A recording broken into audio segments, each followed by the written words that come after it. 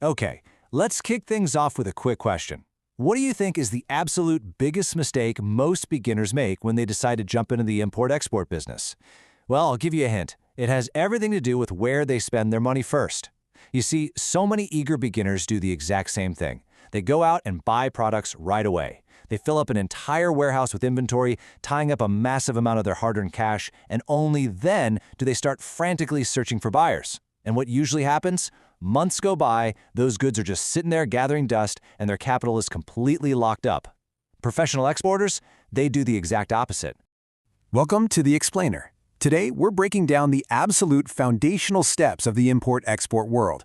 We're taking all that crucial Episode 3 source material from our A to Z import-export guide and transforming it into a highly structured roadmap for you. If you're looking to successfully initiate and scale an import-export business without losing your shirt in the process, this explainer is built exactly for you. We're going to dive deep into how to choose the right product, how to actually track down real international buyers, and how to rigorously verify reliable suppliers. Here's our roadmap for today. First, the mindset shift. Second, choosing a product. Third, finding buyers. Fourth, sourcing suppliers. Fifth, understanding HS codes. And finally, avoiding mistakes. Let's get right into it. Section 1. Mindset shift. Moving to a professional approach. Look, before you spend a single dime, you've got to completely rewire how you think about moving goods across borders. Let's say you go out and purchase $5,000 worth of incense sticks just because you got what felt like a great deal. Well, if you can't find a buyer, your money is literally trapped in those boxes. It's just a massive, unnecessary risk. But the professional approach, it completely flips the sequence. Professionals conduct their market research first. They identify the demand, they track down the buyers, they send out samples, secure the actual orders, and only then do they produce or procure the goods. By flipping the script like this, your business risk drops to near zero. Section 2. Choosing a product. The 5 vital factors. Obviously, not every product is meant for the export market. Professional exporters evaluate potential goods using 5 really specific factors. Factor number 1 is, without a doubt, the most critical: market demand. I mean, you simply cannot export a product if nobody in the international market actually wants to buy it, right? You might actually be surprised to learn that everyday items like spices and tea drive literally billions in international trade. If your product doesn't fit into a hungry, proven category like spices, rice, tea, coffee, textiles, pharmaceuticals, engineering products, or handicrafts, you're honestly going to be fighting an uphill battle. Okay, let's talk about the math behind Factor 2, profit margin. You might think you found a fantastic product, but we have to look at the hidden costs.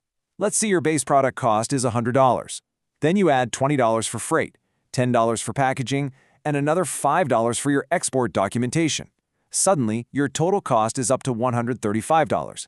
If your buyer is only willing to pay $140, you're left with a tiny $5 profit. The reality here?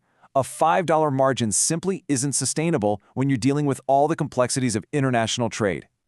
So, the next 3 factors really dictate your long-term survival.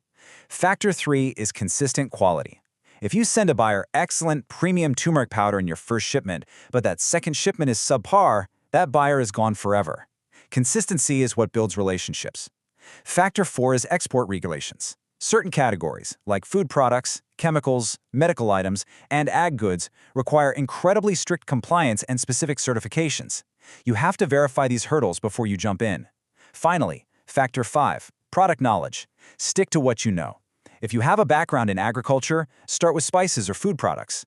Leveraging your existing knowledge drastically reduces your chances of making a very expensive mistake. So how do we actually figure out if a product hits all those factors? You've got to ask yourself 5 critical research questions.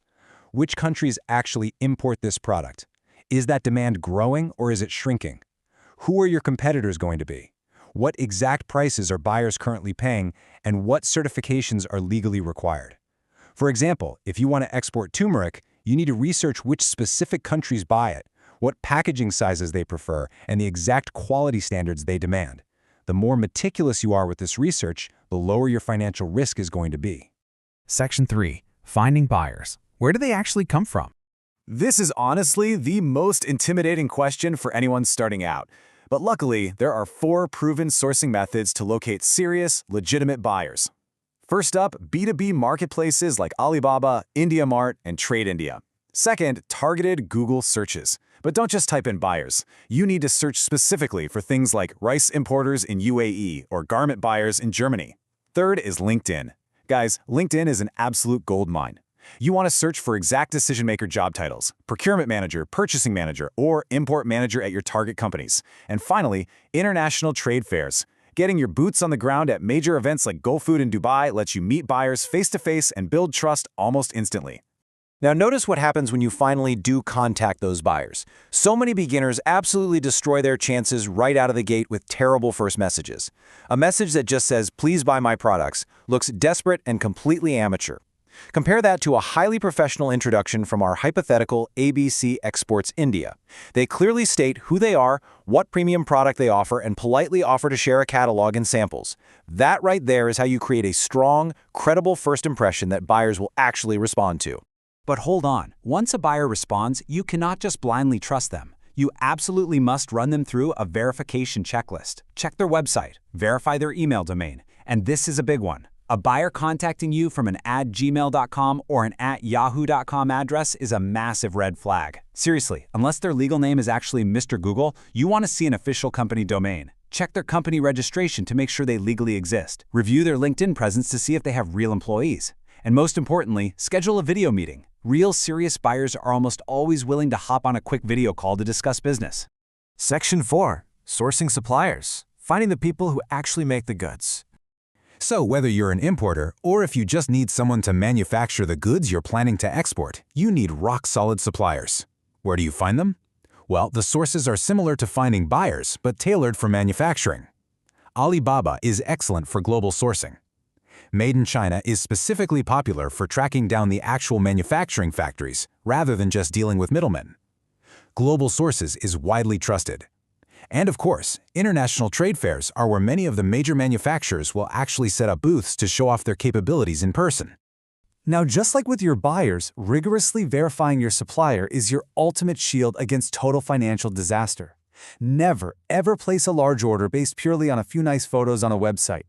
You have to verify their company registration, confirm their physical factory address, check those product certifications, ask about their previous export experience, request references, and confirm their true production capacity. And here is your golden rule, folks. If you plan to order $20,000 worth of products, always try a small sample order first. Do not skip this. Never begin with a massive order. Section 5. Understanding HS codes, the technical side of product classification. All right, so this is a slightly technical but completely indispensable topic that so many beginners overlook when calculating their final costs. HS code stands for Harmonized System Code. To put it simply, every single product traded internationally has a specific, unique classification code assigned to it. It's basically a universal language for customs agents all over the globe.